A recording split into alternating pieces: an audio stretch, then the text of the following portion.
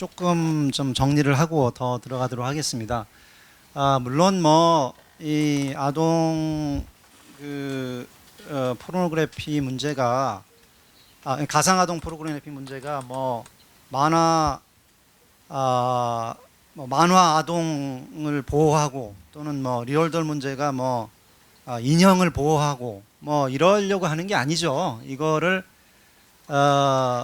이런 법을 만들려고 하시는 분들은 가상아동 포르노그래피, 그러니까 만화나 애니메이션의 캐릭터도 처벌하는 이런 법을 만들려는 분들은 그 가상 캐릭터들을 보호하려는 것이 아니라 이런 표현물들이 사람들의 문화에 영향을 줘가지고 결국에 실제 아동에게 범죄를 가하는 그런 경향을 만들어내기 때문에 그래서 이제 제한하려는 거다라고 이제 라는 주장을 이제 하고 계신 거고 계신 거죠. 그래서 여기에 대해서 아까 이제 오기노 선생님께서 매우 중요한 말씀을 해주셨는데, 근데 실제로 통계상으로 보면 뭐 이런 그 표현물들이 실제로 성범죄를 증가시킨다거나 성범죄 성향을 만들어낸다라거나 이런 연구 결과는 뭐 계속 해보지만 그런 연구 결과가 나온 것은 없거든요. 그러다 보니까 어떻게 하냐면 그 통계가 입증이 안 되니까 그냥 아예 어떤 뭐 에로틱한 아동 캐릭터가 나오는 걸 보는 행위 또는 만드는 행위 자체를 그런 행위 자체를 낙인을 찍어서 범죄를 만드는 그런 시도를 할 수 있다라고 말씀하셨는데, 사실은 바로 그런 시도가 보면은 이 한국에 2011년도에 있었던 아청법 개정이 아니었나라는 생각이 듭니다. 그러니까 중간에 어떤 토론 없이 또는 과학적인 입증 없이 그냥 우선 낙인을 먼저 찍는 거죠. 왜? 도덕적으로 안 좋은 거니까. 도덕적으로 뭐 에로틱 만화를 보고 있는 건 안 좋은 거니까 우선 낙인을 찍고, 낙인을 찍기 위해서는 당연히 어떻게 해야 되냐면 뭐 신상 공개 또는 뭐 취업 제한 이런 것들도 같이 해야 되니까 결국에 그거 자체를 아동 성범죄로 정의를 하게 되는 것이 아닌가. 그래서 오기노 선생님이 걱정하셨던 상황이 한국에서 결국에 일어났었던 거 아닌가. 그리고 그 어떤 충격으로부터 지금 이제 조금씩 회복을 하려고 했었던 상황이 아닌가 생각이 됩니다.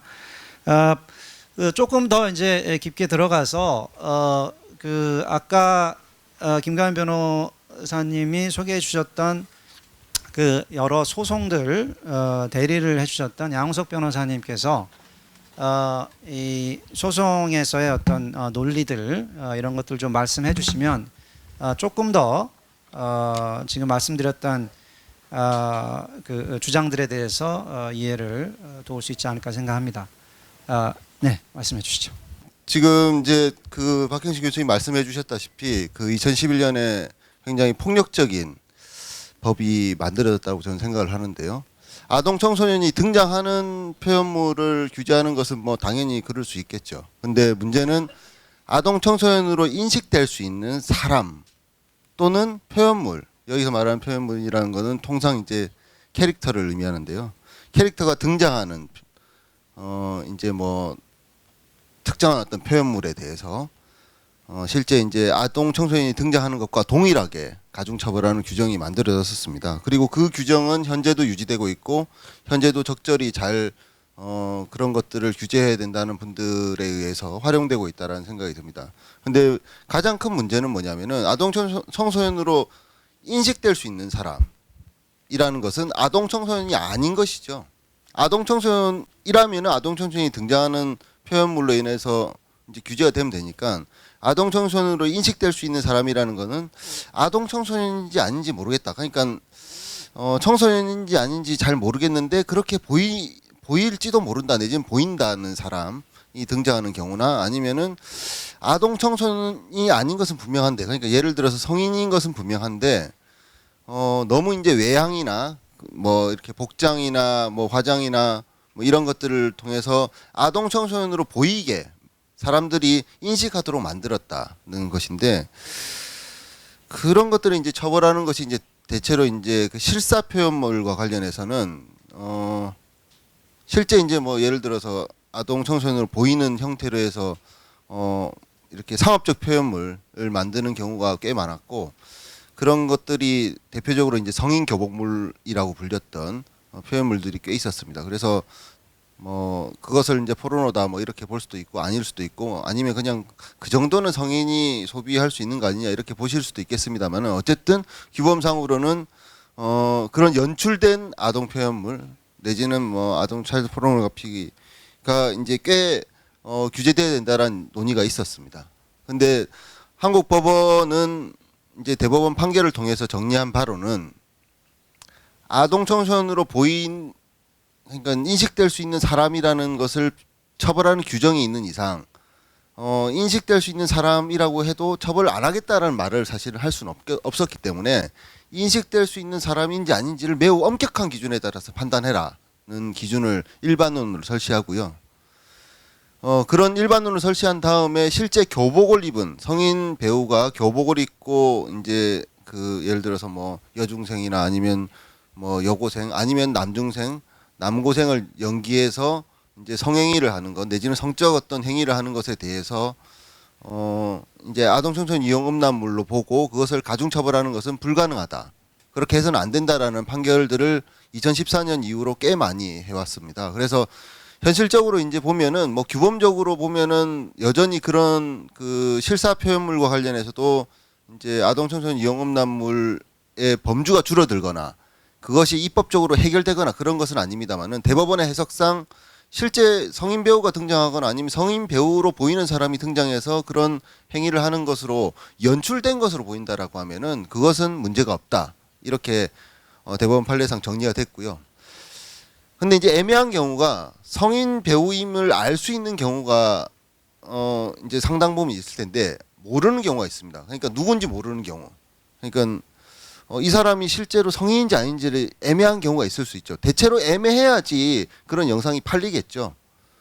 애매하지 않은, 예를 들어 할머니가 교복을 입는다고 해서 그것이 그런 영상물을 소비하는 사람들에게 인기가 있을 수는 없으니까요. 그렇기 때문에 이제 애매한 경우가 사실 대부분이기 때문에, 그 애매한 경우에 이것을 어떻게 판단할 것이냐도 대법원에서는 실제 이것이 상업적 영상 아닌 경우, 예를 들어서 뭐 연인과의 관계에서 촬영된 것이나 아니면은 일부 이제 그 상업적인 목적 없이 촬영된 경우의 영상인 경우에도 마찬가지로 굉장히 엄격한 기준에 따라서 이 사람이 아동 청소년인지 아닌지 여부를 판단해야 된다라는 판시들을 쭉 해왔습니다. 그래서 실사 표현물과 관련해서는 대체로 그런 식으로 대한민국 대법원이 상당 부분 아동 청소년임이 명백한 경우 외에는 전부 다 일반 음란물로 정리를 했습니다. 그래서 입법상의 어떤 그 불명확함을 사실상 대법원이 그 해석을 통해서 상당 부분 해결했다라고 볼 수 있는데, 문제는 이제 가상 표현물, 만화 애니메이션과 관련해서 조금 최근에 19년도에 이제 대법원 판결이 나왔는데 좀 문제가 있었습니다. 뭐냐면은 가상 표현물은 실제 그게 뭐 이제 종이에 그려진 캐릭터든지 아니면은 어떤 그 애니메이션으로 만들어진 영상에 등장하는 캐릭터든지 간에 그게 사람이 아니라는 건 누구나 알고 있죠. 제 말씀은 그건 종이 쪼가리에 이렇게 그려진 형상에 불과한 것이지 그 형상이 사람은 아니죠. 사람이 아닌 건 분명한데, 사람이 그런 어떤 형상을 보고 상상을 하죠. 아, 이런 어떤 상황이구나. 예를 들어서 뭐 여중생이나 남고생이 성인과 성관계를 하는 상황을 이렇게 만화나 애니메이션으로 그렸구나. 이렇게 이해를 하는 거죠. 그런 어떤 상상된 표현을 갖다가 사람들은 이해를 하게 되는데, 대한민국 대법원은 그 상상과 관련해서 종전에 실사 표현물, 예를 들어서 말씀드렸던 성인 교복물 같은 연출된 그 아동 청소년 이용 음란물로 볼 수 있었던 그 범주와 달리 스토리나 그리고 상황 설정 이런 것들을 고려해서 전반적으로 판단해야 된다고 판단을 했습니다. 이것이 무슨 말씀이냐면요, 예를 들어서 여고생 캐릭터가 나와서 같은 반에 있는 남자 고등학생 캐릭터와 둘 간에서 둘 간에 사랑을 하고 어떤 성적 행위를 하는 만화가 있습니다.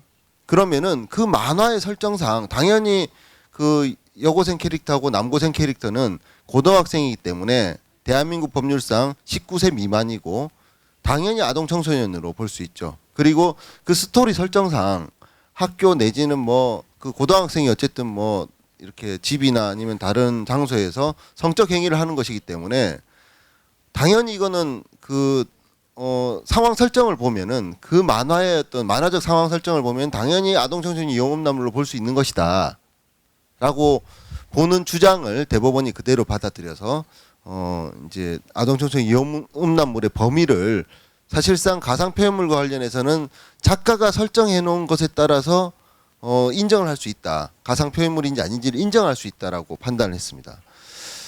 이것이 굉장히 저는 문제라고 생각을 하는 것이 만화나 애니메이션은 물론 이제 실제 모델이 있는 경우를 전제로 해서 거의 실사물에 가까운 형태로 그리는 경우도 있습니다만 통상 일반적으로 캐릭터를 만들어서 작가가 상상을 해서 어떤 표현을 하는 경우에 그것이 사실이 아니다. 이건 상상의 결과라는 것은 누구나 알 수 있는데도 불구하고 그 상상, 작가가 했던 그 상상의 그 틀 내에서 작가의 상상 속에서 이 행위는 아동 청소년이 성행위를 하는 것이니까 아청물이다라는 결론에 이르렀거든요. 그래서 대법원이 규범에 따라서 판단한 게 아니라 작가의 상상에 따라서 판단을 한 결과가 돼서 이게 뭐 우스갯소리로 말씀드리면은 대법원이 작가의 어떤 상황 설정 그런 어떤 상상을 상당히 존중해주고 있구나.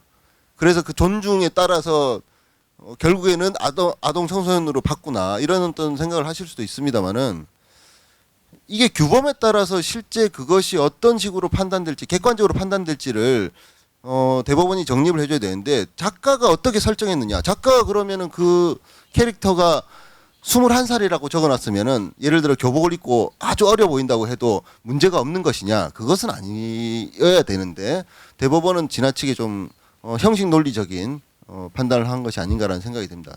더더군다나 제가 이 관련 사건을 하면서 제가 했던 그 바이블 블랙 사건이 아까 얘기가 됐었는데요.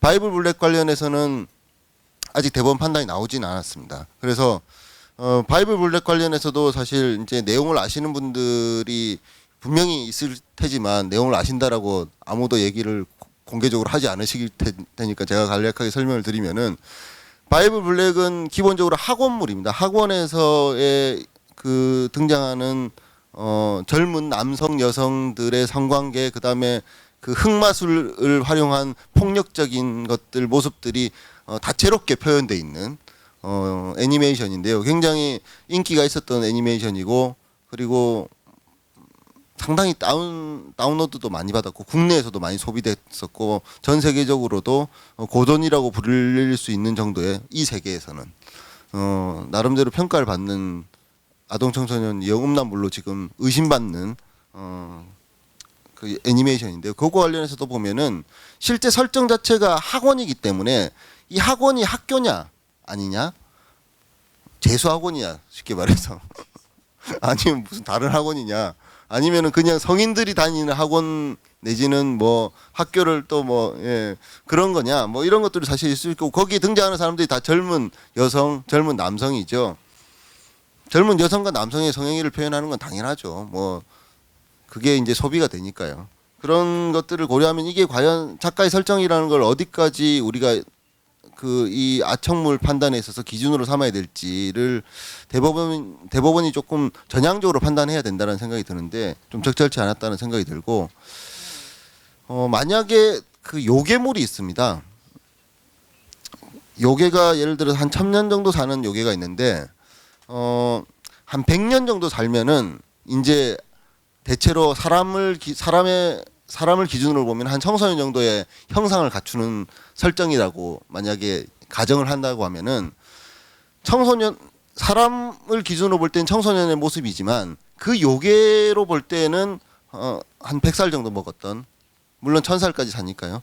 100살 정도 먹었기 때문에 사람의 연령 기준으로 보면 20살 넘었기 때문에 성인이고 그러면은 그런 어떤 그 아동 청소년이 형상을 한 그 요괴가 하는 성적 행위, 사람이든 아니면 요괴끼리든 아니면은 다른 무엇이든지 간에 하는 성적 행위는 그건 문제가 없냐?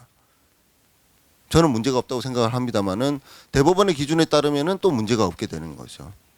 그래서 이게 작가의 설정에 따라서 그냥 단순히 그 연령 판단 내지는 스토리를 아청물의 기준으로, 특히나 이게 존재하지 않는 가상 표현물과 관련해서 아청물의 기준으로 판단을 한 것은 우리나라 대법원이 굉장히 좀 실수를 한 것이다라는 생각이 들고, 종래 그 실사 표현물과 관련해서도 교복을 입고 성행위를 하는 것은 하는 표현물에 대해서도 이거는 일반 음란물에 불과하다라고 판단했던 것과도 사실은 조금 다른 판단 기준을 드린 것이 아닌가라는 생각이 듭니다.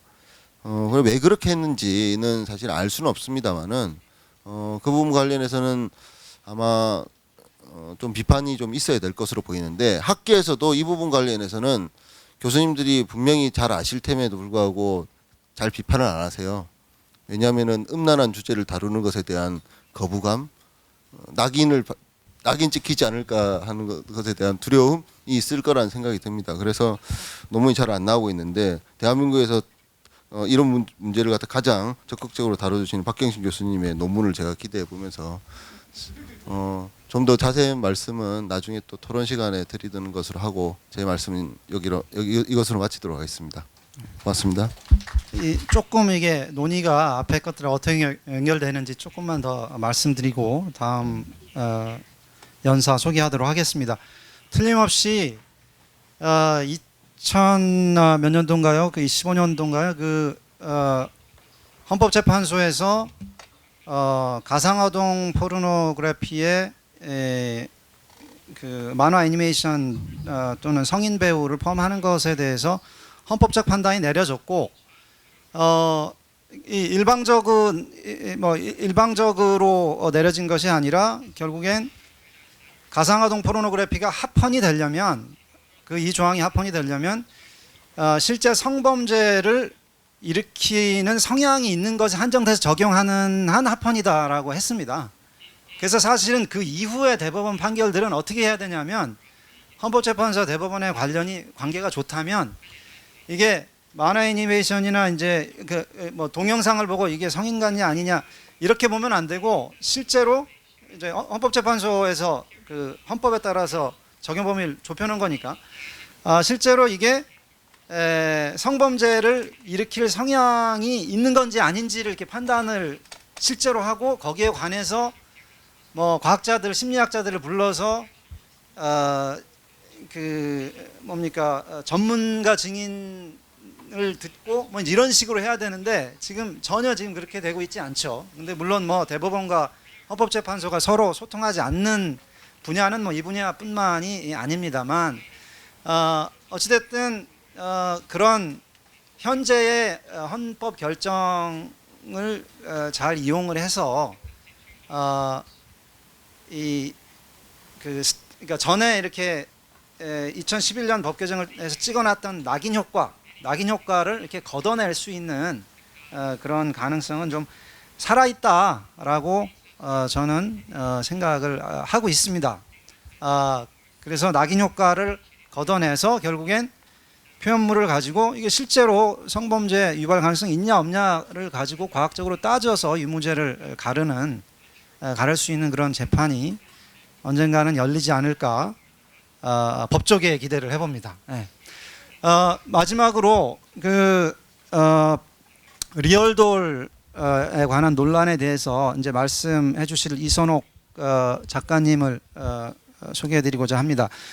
리얼돌 이슈를 이 가상아동 포르노그래피와 관련돼서 논의를 하게 된 이유는, 가상아동 포르노그래피도 결국은 어떤 어떤 행위를 상상하도록 하는 표현물을, 그 행위를 한 사람과 똑같이 처벌한 거거든요. 즉 상상과 실행 사이에 간격을 그냥 없애버린 겁니다. 물론 이제 주장하는 분들은 간격을 없앤 게 아니라 그 표현물이 그런 행위를 유발하기 때문에 규제하려는 거다라고 얘기는 하지만, 그럼 거기에 맞춰서 헌법재판소에서 얘기한 대로 실제로 유발 가능성이 있는지 따져서 처벌해야 되는데 그렇게 하지 않고 그냥 그 상상되는 행위, 어떤 행위가 상상되는 표현물은 그냥 그 행위 자체를 수행한 것과 똑같이 처벌을 했거든요. 똑같이 성범죄자로 처벌했거든요. 그래서 그런 과정이 지금 이제 리얼돌하고도 좀 비슷한, 리얼돌에 관한 논란도 좀 비슷한 면이 있지 않나, 그 담론의 과정이. 해서 한번 모셔봤습니다. 이선옥 작가님, 예, 말씀해 주시죠. 예. 한국 사회에서 낙인이라고 하면 저는 뭐 둘째가라면 서러워할 정도로 저 또한 못지않게 여성 혐오자 뭐 이런 식의 낙인을 받고 있는 입장에서 오늘 오픈넷에서 이런 발언을 할 수 있게 돼서 매우 고맙게 생각합니다. 어쨌든 저도 리얼돌 규제 문제가 나온 이후에 글도 쓰고 뭐 유튜브 영상으로도 제작을 해서 제 의견을 발표한 바가 있는데요. 오늘은 이 자리에서는 리얼돌 규제 주장의 문제점들에 대해서 첫 번째로는 한국 사회가 왜 이런 문화가 자리 잡았는지를 좀 간략하게 살펴보고, 그 다음에는 리얼돌 규제를 주장하는 분들의 주요 논점들을 한 4가지 정도로 정리해서 그 논점의 문제들에 대해서 한번 얘기해 보도록 하겠습니다. 첫 번째로 2019년 6월 달에 대법원에서 리얼돌 수입 허가 판결이 있었습니다. 그 이후에 각종 매체들의 보도 양태를 좀 보시면요. 제가 제 자료를 다 보실 수 있는지 모르겠는데 제가 몇 개 제목만, 기사 제목만 대표적으로 좀 읽어드리겠습니다.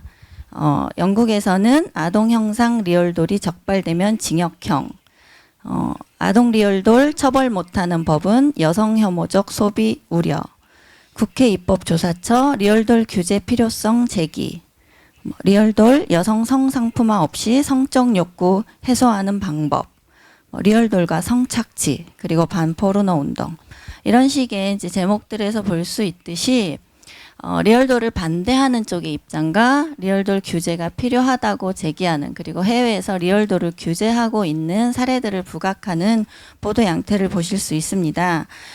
이에 부응해서 국회는 현재 규제 입법 발의를 했고요. 여성가족부나 청와대는 규제를 하겠다는 입장을 발표했습니다.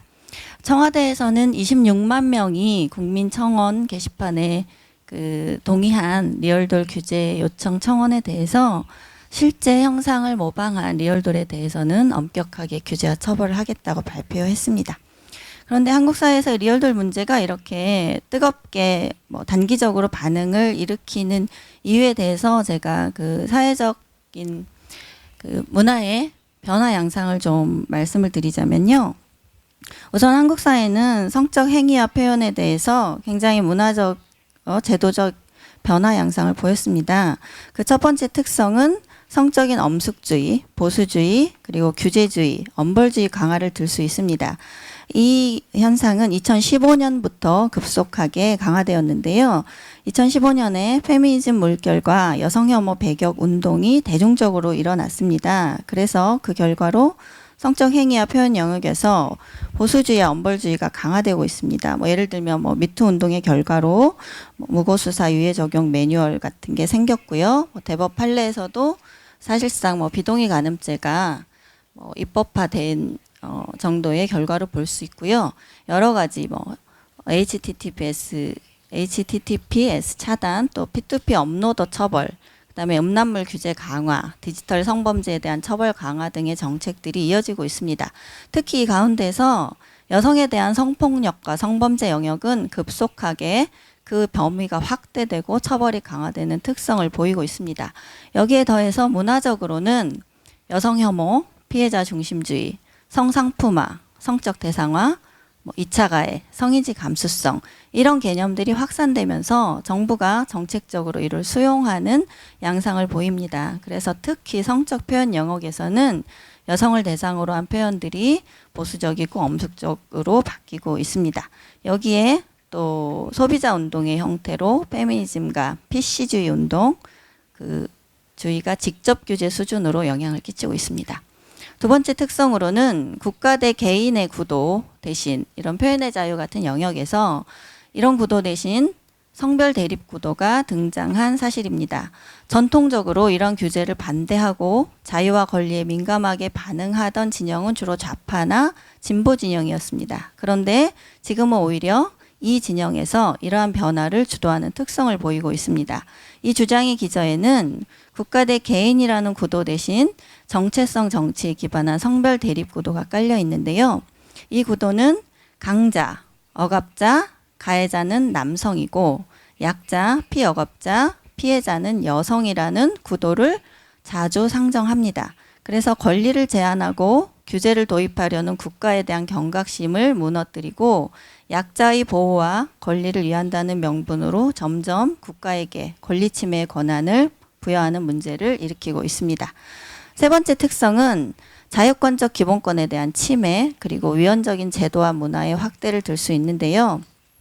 여러 표현들이 있습니다. 예를 들면 여성을 혐오스럽게 묘사하는 창작의 자유는 위축되어야 한다.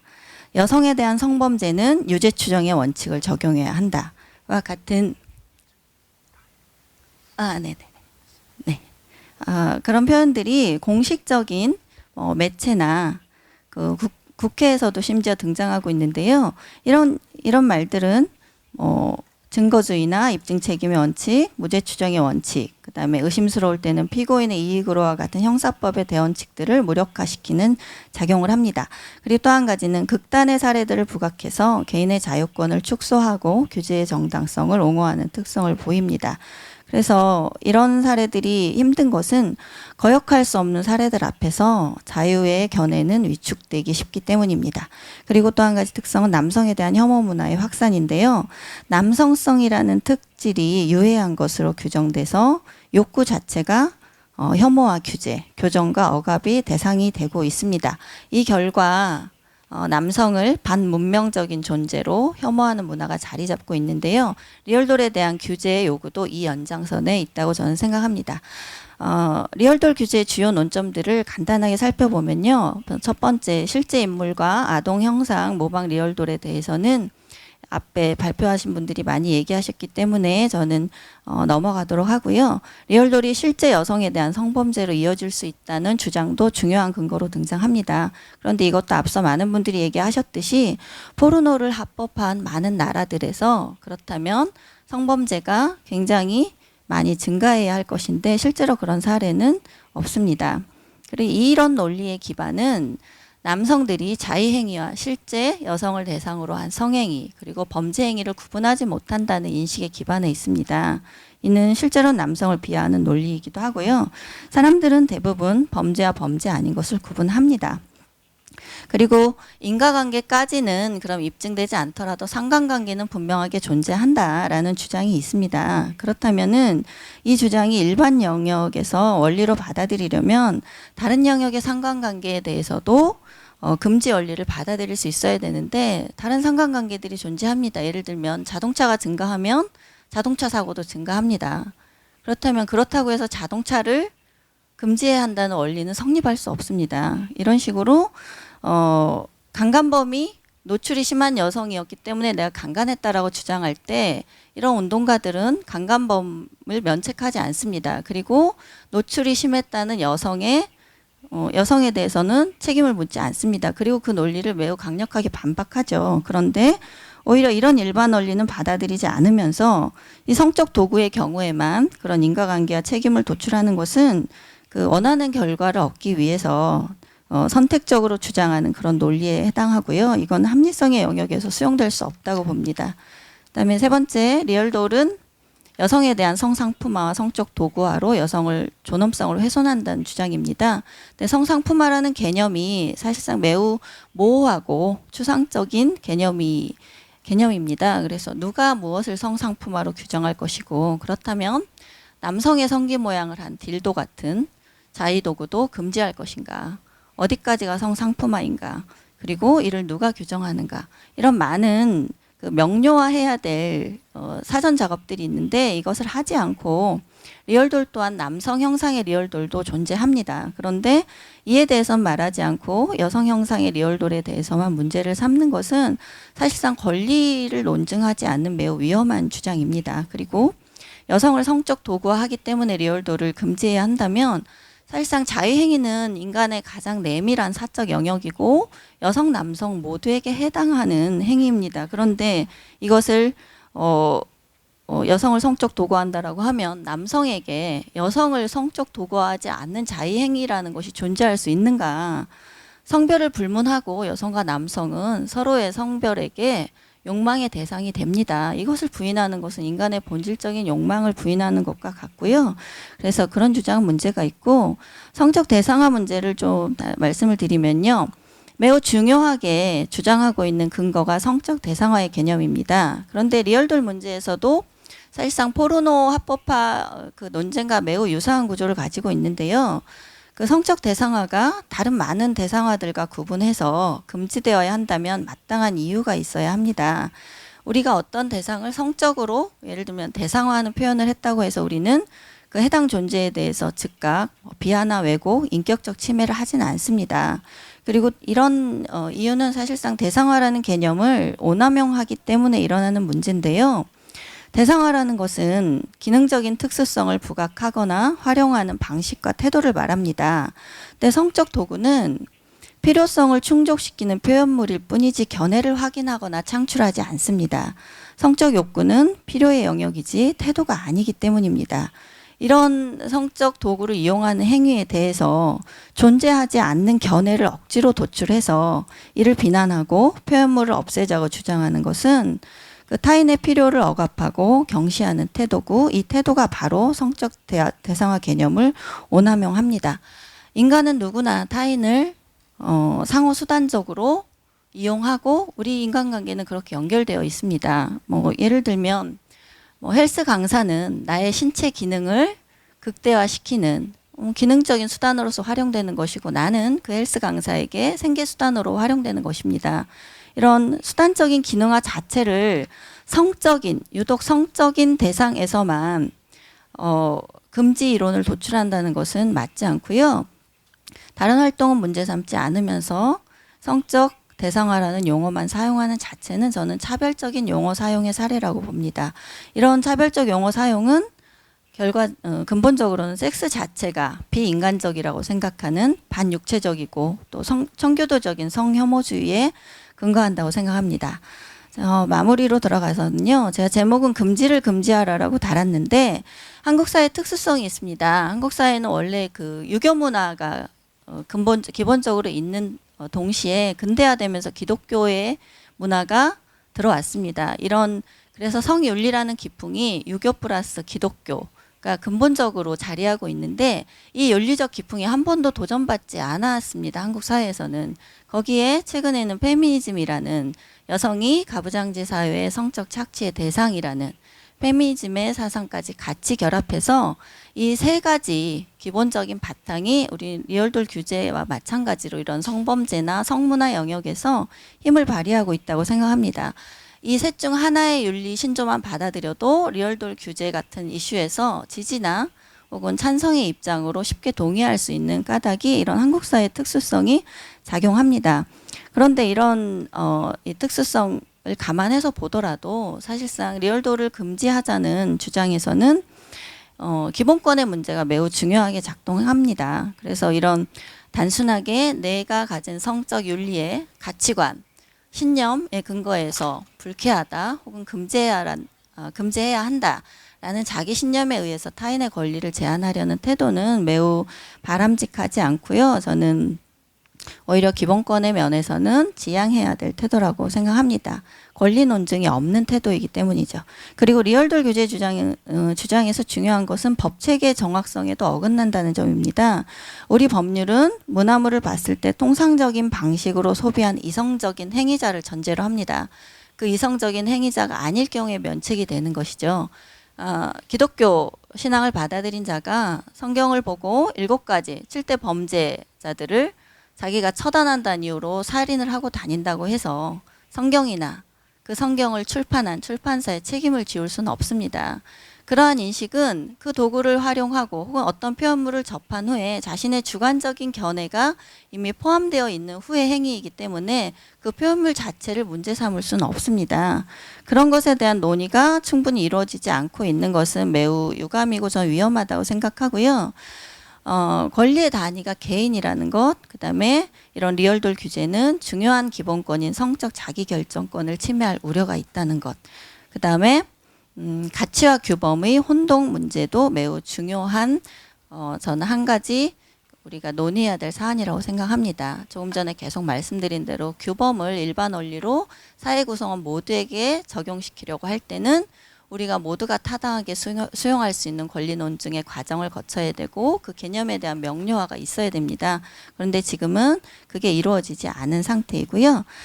마지막으로 제가 앞선 발표자들의 그 발표에서도 느꼈지만 지금 특히 성적 영역에서 규제를 주장하는 분들이 그 헌법에 보장된 자유의 견해를 바꾸는 전략을 저는 사용하고 있다고 생각합니다. 아까 유엔에서 뭐 활동하는 분들이 그런 규제 주장에서 많이 도드라진 활동을 하신다고 했는데 예전에는 우리가 안전이나 전통적인 가치, 뭐 덕 이런 가치들이 주로 자유를 공격하는 추세였다면 요즘은 이런 개념 자체를 변형해서 리얼돌 사례에서도 볼 수 있듯이 여성의 인격적 존엄을 해친다. 여기에서 인격 존엄, 해친다라는 개념들이 사실상 매우 하나하나 중요한 개념들인데도 이것에 대한 논의가 이루어지지 않고 있습니다. 그래서 저는 여성의 지위는 포르노물의 금지나 이런 성적 표현물이나 도구의 금지가 아니라 한 사회의 문명화, 근대화, 법치주의와 시민의식의 성숙으로 결정된다고 생각합니다. 리얼돌이 누구의 권리를 침해하는가, 그리고 권리의 단위를 아동이나 여성과 같은 어떤 집단 정체성으로 적용할 수 있는가, 사적 영역에 대한 국가의 개입은 어디까지 용인할 것인가, 그리고 인간의 가장 본질적인 욕망과 상상을 범죄화하고 금지하는 일은 온당한가, 그리고 특히 이런 영역에서 더 많은 자유를 외치고 금지를 금지하라던 진보 진영은 지금 어디에 서 있는가. 저는 이런 리얼돌 사태를 보면서 이런 많은 의문들이 들었고요.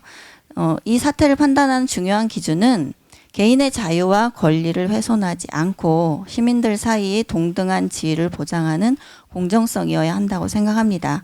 우리 사회가 점점 자유의 감각을 잃어버리고 있는 것에 대해서 저는 매우 안타깝고 우려를 표하면서 제 발표를 마치겠습니다.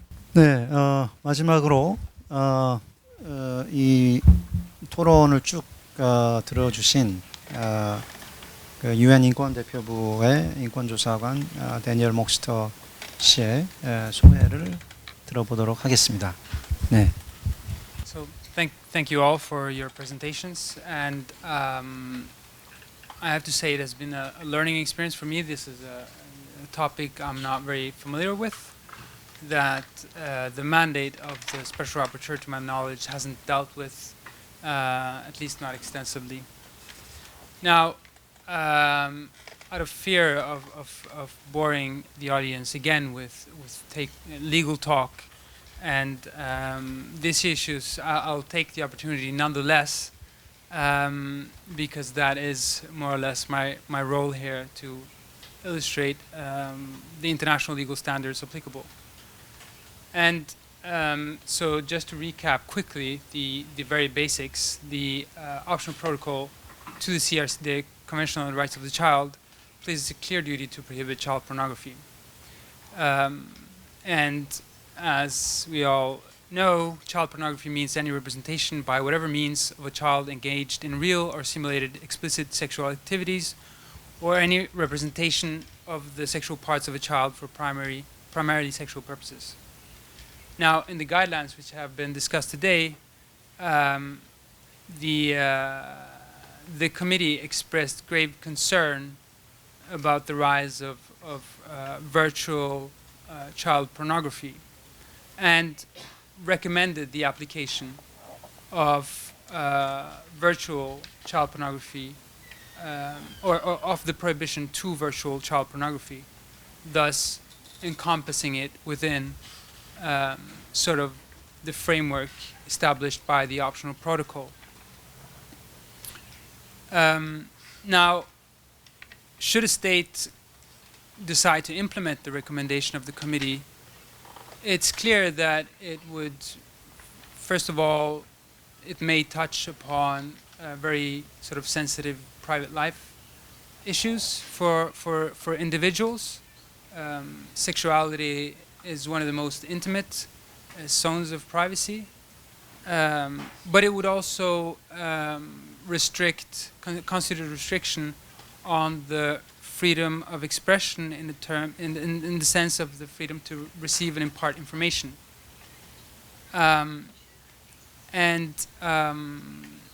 Thus, as I've stated numerous times during the whole conference, any restriction must be assessed based on the three-part test of it must pursue a legitimate aim, it must conform with the principles of legality, and it must be necessary and proportionate. When I'm saying this, I'm not making a value judgment on whether or not something should be prohibited. I'm just describing to what extent states can prohibit it without necessarily violating international human rights norms. Now, the easiest case is the one that doesn't concern virtual children. The state has a clear obligation to prohibit these forms of material. It constitutes a violation against the child, and the dissemination of such material constitutes a re-victimization of the child. For these other forms of expression, the virtual children, the guidelines pose actually what I understand. I mean, someone might know this better than me, but it poses two objectives, not just one. One is the reference to the dignity of the child, and the other one is the protection of the child. And for the protection of the child, again, others might be more knowledgeable than me.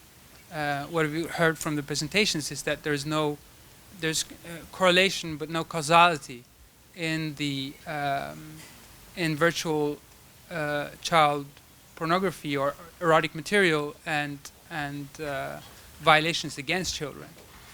The other legitimate objective is a little bit more general, and I think, as Professor Park alluded to, it goes to, one could make the analogy, as many have made as well, to the CEDAW convention, which places a duty on states to modify the social and cultural patterns of conduct of men and women with a view to achieving the elimination of prejudices and customary and all other practices which are based on the idea of the inferiority or superiority of either of the sexes or on stereotyped roles for men and women. Now, this is an obligation, a positive obligation on the part of the state, not because there is necessarily one victim, but because there is this goal of gradually achieving or gradually recognizing the inherent dignity that women have in society as well. And at least my initial reading of the guidelines, it seems that the other of the purposes, the dignity purpose, sort of suggests that the depiction of virtual children might also sort of provide not an acceptance for, but reproduce an image of children as objects of sexual desire in and of itself, something that might interfere with their human dignity. Now, again, I'm not passing value judgment of this. This is at least my reading of the guidelines. But even if the state might have a legitimate objective for restricting this type of material, you still have the principle of legality. And as previously mentioned, there is a requirement that laws be clear, especially criminal laws. I mean, needless to say, what we've heard from the experience in Korea is that the judiciary has struggled and the legislature has struggled quite a lot in order to try and find an end result that sort of would seem clear. And it seems like even the attorneys at this point are still struggling of what the main position or what the status in the law is, what kinds of content would be covered and what kinds of content wouldn't. So that's clearly a difficult issue. Now, last part on proportionality. As mentioned previously as well, the criminalization of course presents the question of the proportionality of the measure in order to achieve its protective function.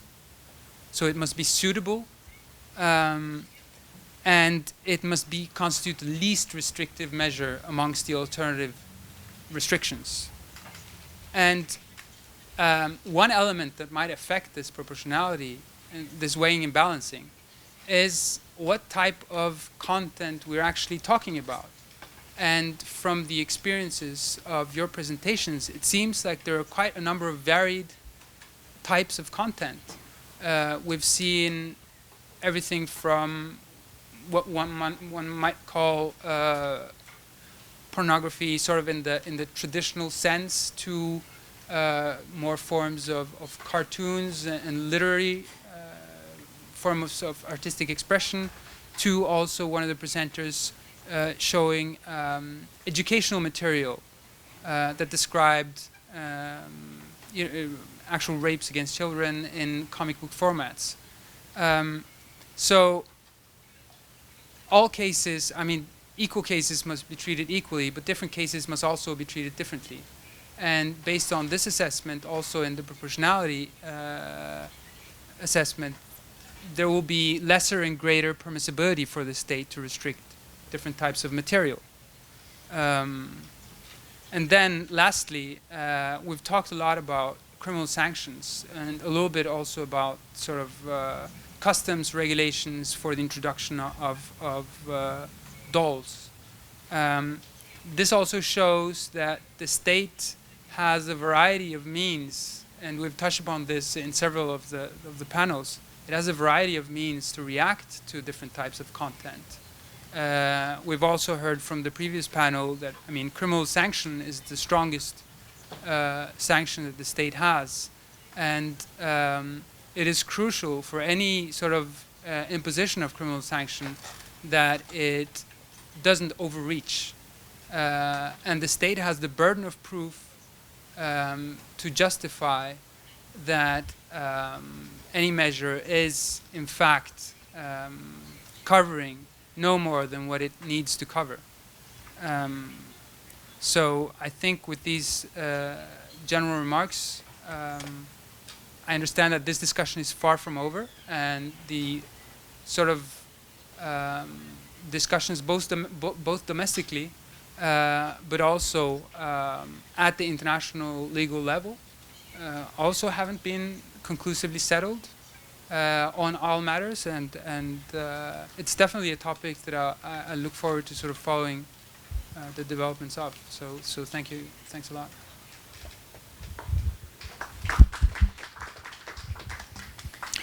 네, 아주 뭐 중요한 얘기를 해주셨습니다. 아동 보호에 있어서 그러니까 아동인권협약은 아동의 보호만을 목적으로 하고 있는 것이 아니라 아동의 존엄성도 그 목적으로 삼고 있다. 그래서 어떤 아동의 존엄성을 보존하는 문화, 환경을 만들 필요에 의해서 이 가상아동 포르노그래피법이 또 정당화될 수 있지는 않은가 생각해 봐야 한다.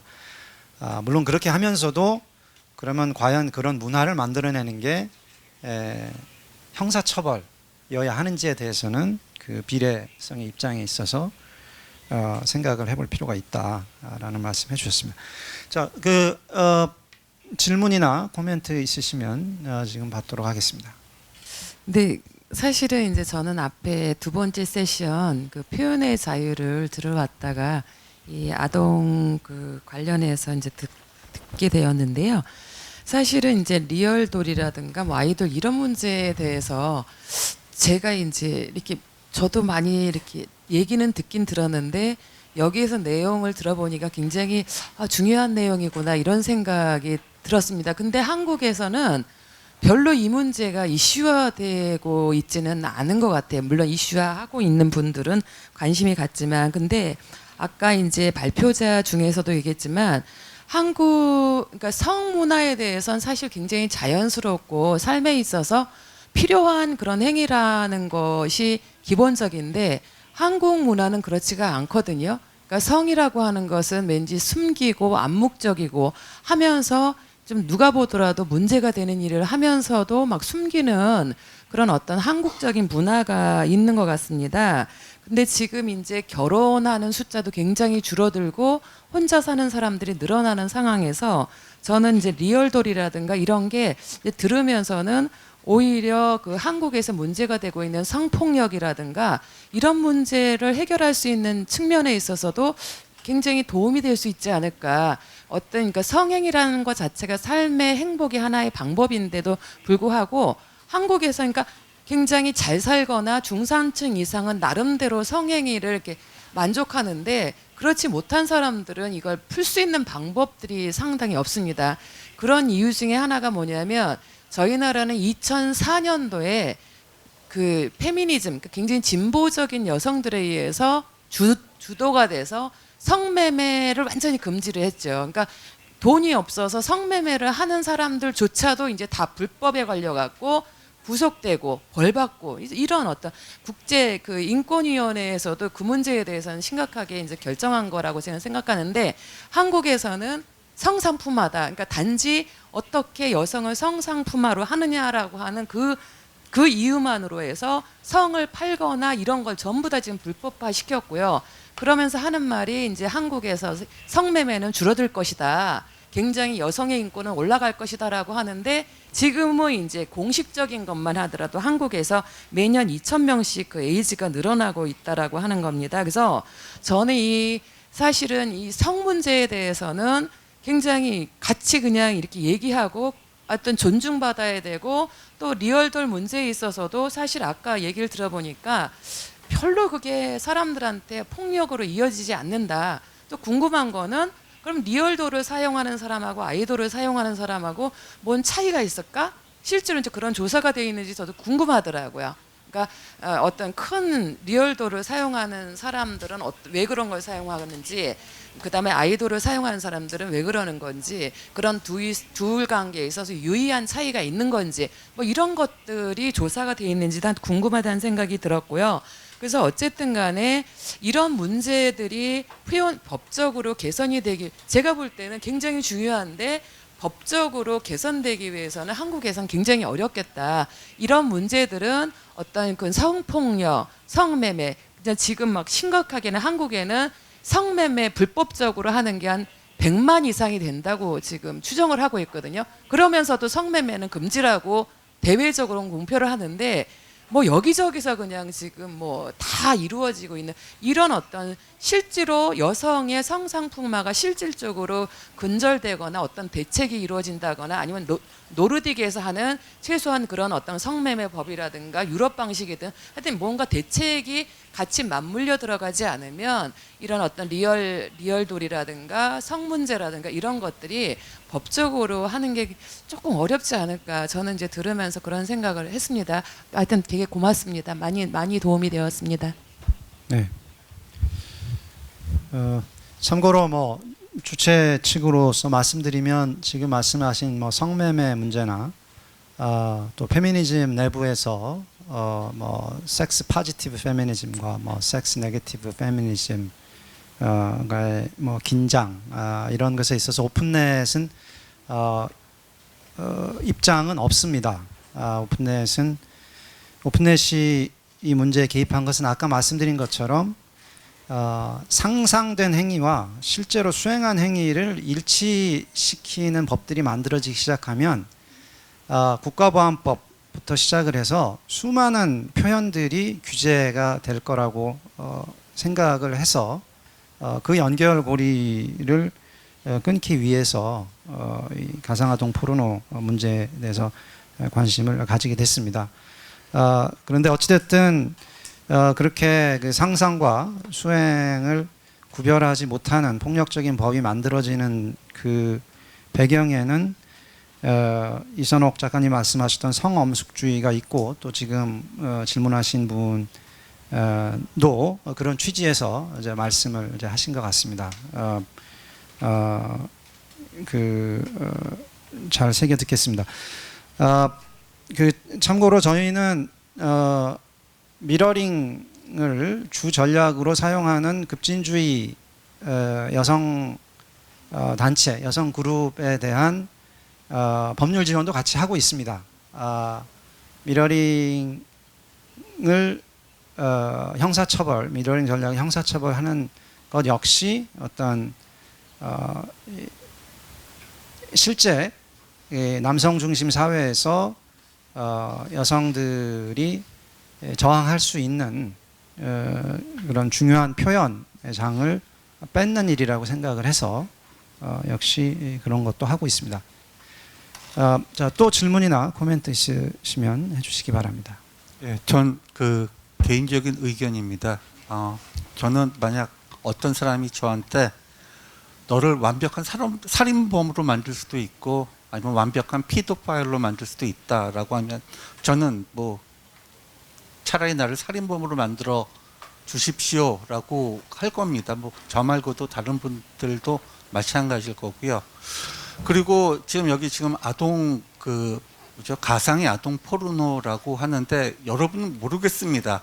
그걸 생각을 할 때 그냥 미성년자, 한 고등학교 나이 정도의 미성년자, 그러니까 가상적인 캐릭터를 생각하시는지 모르겠지만 제가 굉장히 그런 쪽으로 이제 거부감이 드는 건 우리나라에 굉장히 유명한 사건이 있었습니다. 조두순 사건이라고 이제 굉장히 끔찍한 사건이고 피해자가 10살이었습니다. 그래서 저는 어떤 이제 아무리 가상적인 캐릭터라고 해도 만약 어떤 만화가가 이제 뭐 조두순의 뭐 엄청난 범죄 행위를 만화로 그린다고 하면 전 너무너무 끔찍해지거든요. 이제 그런 것은 사회에 나오면은 안 되겠다라는 생각을 하는데 제가 지금 여기에 참석하고 나서 약간 바뀐 게 있다고 하면은 이제 표현의 자유적인 측면에서 이제 그걸 법으로 막아야 되는가 아니면 사회에서 아예 사회 자체에서 매장을 시켜버리는 방식으로 대응하는 것이 좋은가에 대해서는 아마도 저도 조금 더 이제 생각해 볼 여지가 있을 것 같습니다. 뭐냐면은 저희가 살아오면서 저의 생각하고 다른 그리고 때론 역겨운 그런 많은 상황들을 막닥쳐 왔습니다. 그러니까 지난 겨울이 얼마나 추웠는데 지구 온난화 같은 소리를 하고 있느냐라는 얘기도 들었고 광주에서 일어난 민주화운동이 폭동이었다는 얘기도 들었고 세월호 참사 사건의 피해자를 굉장히 모독하는 얘기도 들었고 일본군 성노예 분들을 매춘이다 라고 표현하는 사람들의 얘기도 들었습니다. 근데 그런 굉장한 모욕적인 말을 들으면 처음 생각나는 건 법률적으로 이걸 막아야 되고 이거는 절대로 법률에서 허용하지 말아야 된다라고 하는 입장이 있겠지만 그것 외에도 사회적으로 아예 좀 지나치다 이건 좀 너무 무리다라고 생각되는 것은 어떻게 사회적으로서 이제 표현의 자유를 보장하는 내에서 더 이상 확산되지 않고 무시하거나 뭐 더 이상 사람들이 찾지 않게 되는 이제 그런 시스템을 만드는 것도 어떨까라는 생각이 들었습니다. 예, 그 질문보다는 그냥 개인적으로 느낀 소회 위주로 말씀드리겠습니다. 왜냐하면은 아까 제 1세션에서 질문 드렸던 것에 대한 답변들 지금 말씀해 주시는 내용들에서 제 스스로 거의 대부분 찾을 수 있었기 때문에 또 나머지 한 10% 못 찾은 건 제가 노력해서 찾아내야 될 영역이라고 생각하고요.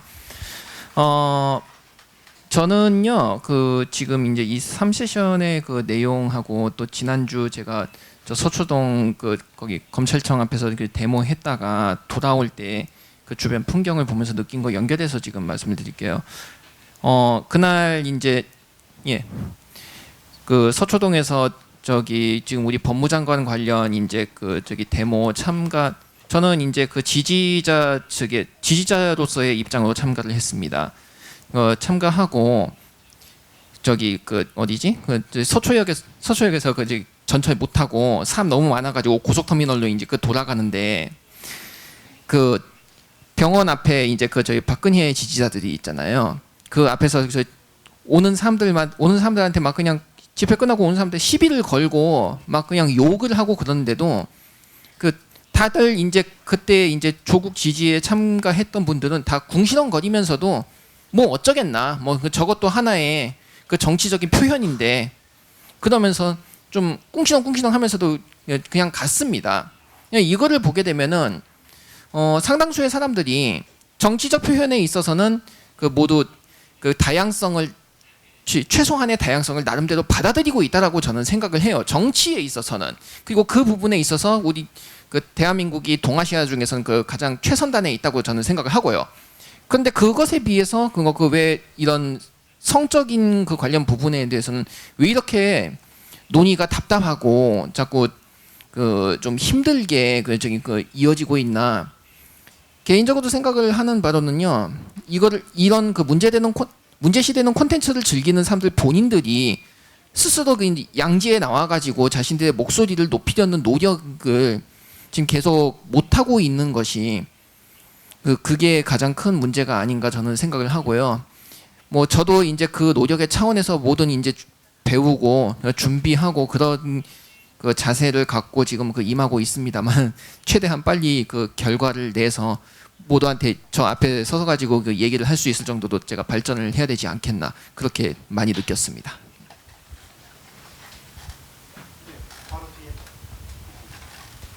네, 말씀 잘 들었습니다.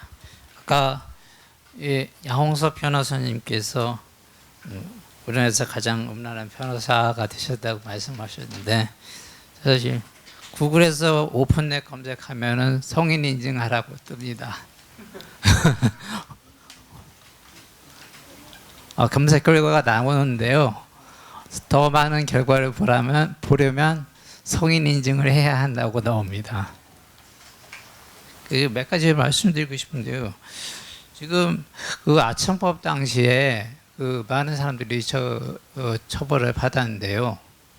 아까 2천 몇백 명을 처벌을 받았다고 그때 말씀하셨는데 그때 처벌을 받았던 그 대상이 됐던 만화, 그러니까 처벌을 받은 것은 사람이죠.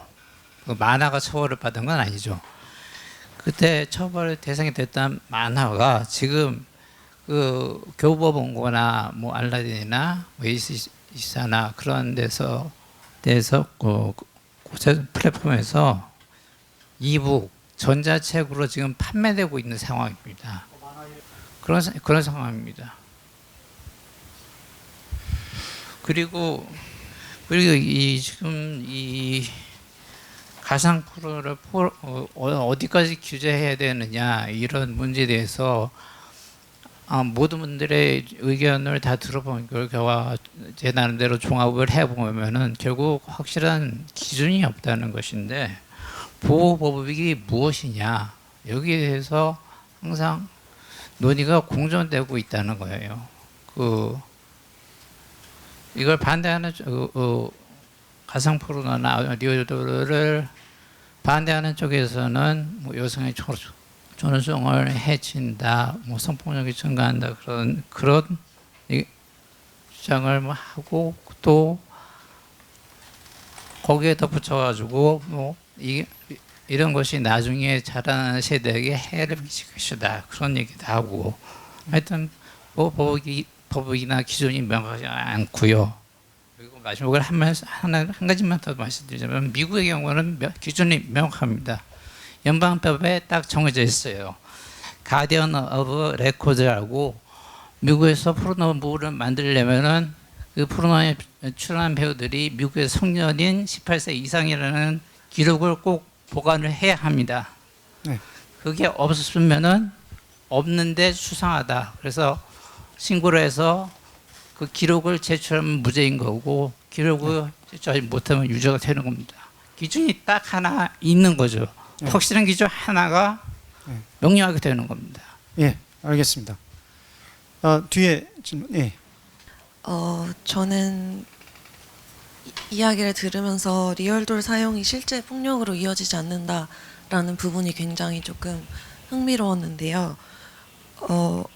왜냐하면 아직 정확하게 일관적으로 연구가 다 이루어진 건 아니지만 일단은 그런 주제에 관련해서 연구가 이루어진다는 게 굉장히 중요한 거라고 생각을 하거든요. 왜냐하면 그 실제 범죄로 이루어진다는 그 행위 자체가 규제를 하냐 마느냐에 굉장히 큰 기준이 된다고 해야 되나? 그렇게 생각하기 때문에 그렇게 생각을 했는데 사실 폭력의 진화 단계라는 게 있잖아요. 저는 범죄학을 공부하는 학생, 대학원생 졸업했는데 그 사실 연쇄살인의 징조로 고양이 학대다 아니면 애완견 학대 이런 동물 학대를 들고 있는데 이렇게 처음에는 조그만한 학대를 시작을 하다가 실제 사람을 대상으로 연쇄살인을 시작하는 경우가 굉장히 많이 보고되고 있고 사실 이거는 연쇄살인 케이스가 적다 보니까 완전히 일반화되기보다는 그냥 케이스 건으로 연구를 진행하다가 이런 고양이나 이런 학대 사건이 발견되면 이 사람들은 연쇄살인으로 발전할 가능성이 있다라고 경찰이 인지를 하고 그 사람들을 조금 주시를 한다고 저는 알고 있어요. 근데 이 말씀을 드리는 이유가 저는 대학원 다닐 때 이런 리얼돌 이슈에 대해서 이야기를 할 때 저희끼리 뭐 전혀 이론이나 아니면 연구적 베이스 없이 그냥 한 이야기가 사실 이런 뭐 만화나 아니면 포르노처럼 아동 성애자들이 일방향적 미디어 이용을 하다가 나중에는 게임이나 증강현실을 통해서 쌍방향적 미디어 이용으로 발전을 할 것이고 그러다가 점점 뭐 리얼돌 아동 형상을 한 리얼돌 이용을 통해서 현실적으로 아동 학대를 좀 경험을 하다가 실제 아동 성범죄로 이루어질 것이다라는 뭐 일종의 보면 어떻게 가설 아직 확실히 증명된 건 아니지만 저희끼리 그냥 그런 이야기를 한 경험이 있었는데 사실 이렇게 이 아까 말씀드린 연쇄살인범 같은 경우에도 지나고 보니까 좀 귀납적으로 지나고 보니까 이런 성향이 밝혀졌다더라라고 해서 지금은 그런 방법 그러한 것들을 조금 주시를 하면서 좀 예방하려고 노력하는 건데 리얼돌 이슈에 있어서도 이게 이미 피해자가 나오고 사회적으로 문제가 된 이후에 이거를 알고 보니까 리얼돌이 범죄 가해와 관련이 있는 것 같다더라라는 식으로 추후에 이 문제를 해결하려고 하다 보면 그 사이에 벌어진 피해의 보상은 어떻게 할 것이며 그 사회적으로 낭비라고 해야 될까요? 약간 이런 식의 표현인데 질문이신 것 같은데 네네네. 질문에 대해서 이런 우려에 대해서는 어떻게 생각하시는지. 네, 예. Next month, I'll be attending the Association for the Treatment of Sexual Abusers annual conference in Atlanta, and I'll be presenting at a session with a researcher who is looking into this question. And we want to discover the answer. Do sex dolls lead some people, or real dolls, lead some people towards abusing, or do they steer some people away from abusing? And the hypothesis is that for different people it may have different effects.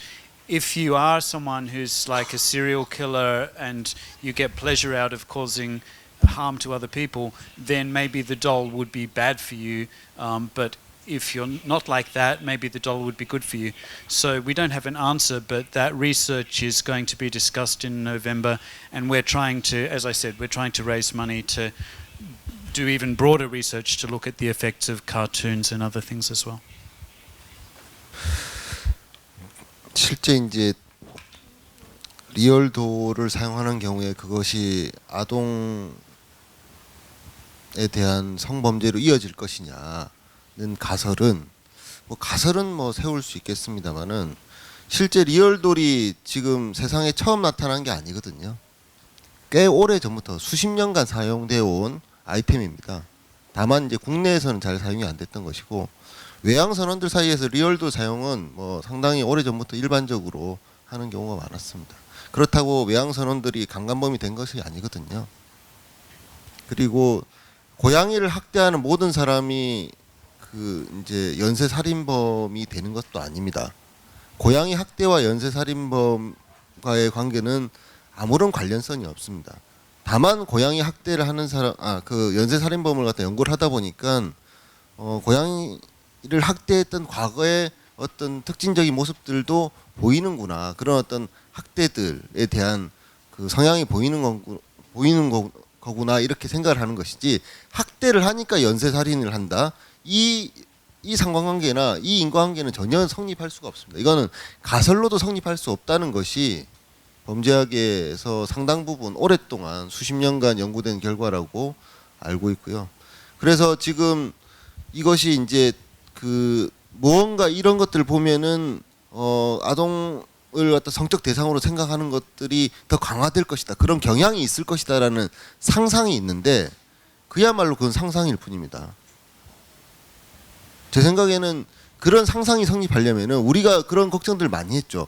꼭 성적인 부분 말고도 예를 들어 폭력적인 만화, 폭력적인 영화를 많이 보면은 애들이 폭력적으로 변할 것이다, 조폭 영화 많이 보면은 애들이 조폭이 된다, 내지는 폭력적으로 변할 것이다라고 걱정을 많이 했었죠. 근데 그렇게 됐었나요? 그게 이제 꼭 그렇지 않다는 것이죠. 그거는 인과관계나 이런 것들을 갖다 함부로 인정할 것이 아니고, 그렇게 생각하는 것은 매우 위험하다. 굉장히 어떤 측면에서 굉장히 전체주의적인 그 결과를 초래할 수 있다. 선한 의도가 전체적인 주의적인 결과를 초래할 수 있는 대표적인 사례가 이 표현물 유통과 관련해서 지금 말하는 이 차일드 포르노그래피 규제에 지금 나타나고 있기 때문에 그것을 지금 위험하다라고 생각하는 것이죠. 네, 저기 해외에서 오신 분, 네, 오기노 선생님. 네.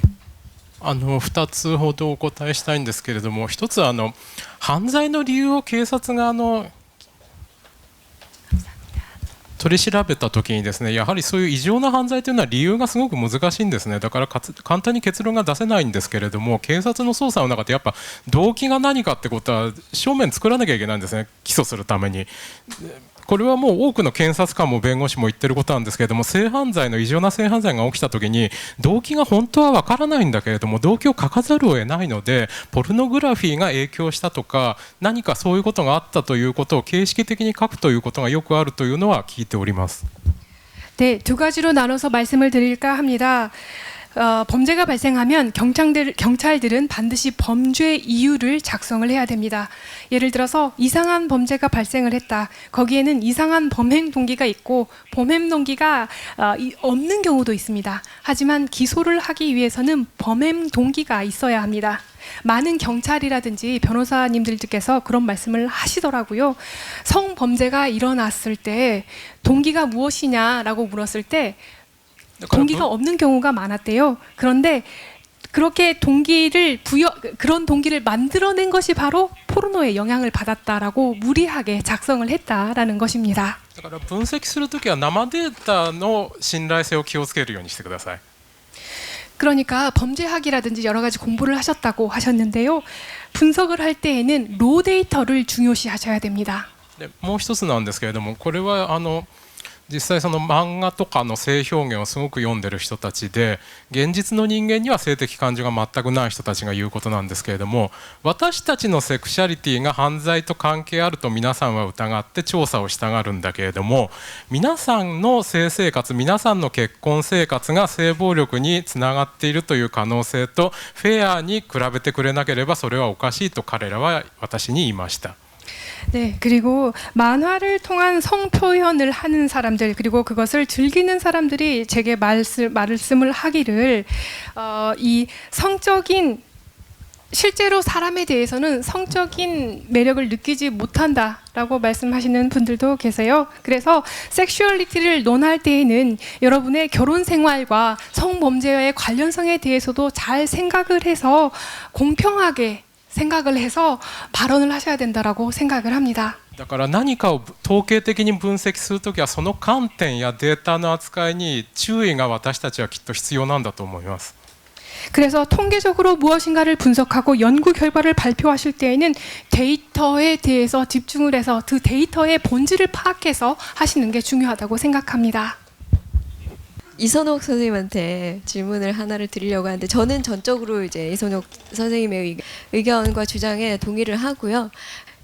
그러면 여성 차별과 남녀 간의 상이한 그 사회적인 지위, 그게 성행위, 문란한 성행위라든지 여기에서 원인을 찾지 말아야 되고, 이제 문명화 어느 사회 문명화의 정도, 뭐 또 다른 뭐 유교적인 문화라든지 우리나라의 특수한 문화적인 맥락 거기서 찾아야 된다고 말씀을 하신 걸로 저는 받아들였어요.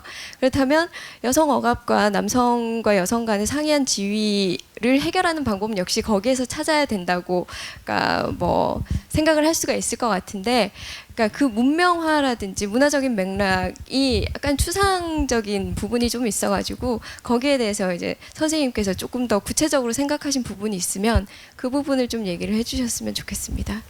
잠깐만요. 답변하시기 전에 질문 하나 더 듣고 그리고 답변하면서 마치도록 하겠습니다. 제레미 말콤 선생님께 여쭙겠습니다. 아까 한 2번 정도 반복하신 것 같은데 그 배제나 낙인이 아이들을 보호하는 게 아니고 오히려 그 피해를 준다 이렇게 강조하셨던 것이 기억나는데 그에 대해서 좀 자세하게 알고 싶습니다. 알겠습니다. 첫 번째 질문에 온기가 남아 있을 때 작가님 말씀해 주시죠. 네. 그 유교적 맥락을 얘기했던 것은 이런 변화 양상을 보였던 원인에 대해서 말씀드렸던 것이고요. 문명화 유교 이 사이에 관련이 있다는 말씀은 아니고 말씀하셨던 것에 답을 드리자면, 그렇다면 구체적으로 여성 억압이나 여성 차별을 해소할 수 있는 방향이 무엇인가를 물으신 거라고 이해한다면, 우선은 첫 번째로는 제도적인 차별이 없어져야 되겠죠. 근데 우리나라는 지금 제도적인 차별은 저는 사실상 없다고 생각합니다. 그런데 여성 억압이라는 개념 규정에서 우리가 계속 자유권적인 기본권을 훼손하는 방향으로 저는 논의가 가고 있다는 우려를 늘상 가지고 있습니다. 예를 들어서 리얼돌 이용이 왜 여성에 대한 억압인가? 우린 이 문제를 얘기하지 않고 리얼돌 이용은 여성에 대한 억압이다라고 얘기한다는 거죠. 그 억압을 얘기하는 사람들이 규제를 주장합니다. 그렇다면 우리는 선결적으로 이것이 왜 여성 억압인가를 얘기해야 하는데, 규제로 일단 논의가 가버리면 우리가 가진 근본적인 인간으로서 국가 대 개인으로서 가지는 권리가 훼손된 위험으로 즉각 가죠. 그렇다면 그런 사회에서 여성의 권리만을 찾는 것이 과연 그 여성 차별을 해소하는 것인가? 저는 그렇다고 생각하지 않고요. 일단 제도적인 차별이 없어야 된다는 거는 맞고, 저는 상당 부분 실현됐다고 생각하고, 그 다음에 문화적인 억압은 계속 이런 자유권을 훼손하는 개념의 자의적인 규정, 이것에 대해서 저는 여성들 또한 나서 싸울 필요가 있다고 생각합니다. 이것이 오히려 여성에 대한 억압을 강화하는 측면도 저는 분명히 있다고 생각해요. 성적으로 자율적이지 못하고 주체적이지 못하고 늘상 피해와 착취와 억압의 대상으로 스스로를 규정하는 것, 이런 문화가 계속 확산되고 있습니다. 리얼돌 문제에서도 마찬가지고요. 여성이 자유도구를 자율적으로 선택해서 활용하고 자기 성적 만족을 위해서 이용하는 것과 똑같이 남성도 그럴 권한이 있습니다. 이건 인간으로서 가장 기본적인 권한에 해당하고요. 간단하게 시간이 없으니까 일단 이렇게 좀 마무리를 하겠습니다. 네, 나중에 제 메일로 문의해 주시면 제가 답변하겠습니다. 예. Since we have little time left, I'll just very briefly reply to your question. So there's at least 3 groups of people who are harmed by this stigma that I spoke about. One of them is survivors of child sexual abuse, people who have gone through abuse often are hesitant to come forward because they feel ashamed and they feel that they're to blame for what happened. Of course, children are never to blame for their own abuse. Also, when young people themselves write fiction or draw art with sexual themes, often it's with characters their own age. So on our website, we have an article about a 15-year-old who wrote a story about her favourite characters in a sexual way, and she's accused of being a pedophile. Of course, she's not a pedophile because she's the same age as the characters that she's writing about. So that also is a form of harm that that young people can suffer through stigma. And the third harm that stigma causes is if someone has feelings towards children that are not appropriate, they need to be able to get help for that. And the stigma often stops people from getting help because they're too afraid. So those are just 3 of the ways in which stigma is harmful. 네, 장시간 들어줘서 감사합니다. 그 오늘 논의들은 앞으로 저희가 계속 이 운동함에 있어서 그 중요한 자료가 될 걸로 보고요. 뭐 인과관계와 상관관계를 구분해야 되는 건 뭐 당연한 얘기인 것 같고, 근데 이제 인과관계에 있어서도 그러면 인과관계가 없냐라는 걸 또 입증된 적은 없거든요. 그래서 그럼 인과관계가 있으면 그럼 있는 만큼 처벌하면 되지 않나 그런 생각도 합니다. 그래서 그걸 뭐 성범죄, 실제 아동과 섹스를 한 사람과 똑같이 처벌하려고 하지 말고 뭐 음란죄라는 게 있으니까 음란죄를 좀 뭐 가중 처벌하든지 뭐 그렇게 하든지 뭐 여러 가지 방법이 있다고 생각을 하는데, 한국에서는 너무나 이런 그 폭력적인 그 법으로 실제로 청소년과 아동들을 더 힘들게 만든 상황이 된 것 같아서 저희가 활동해 왔습니다. 앞으로 좋은 결과 있길 바랍니다. 뭐 꼭 말씀하실 거 없으면 여기서 마치도록 하겠습니다. 예, 수고 많으셨습니다.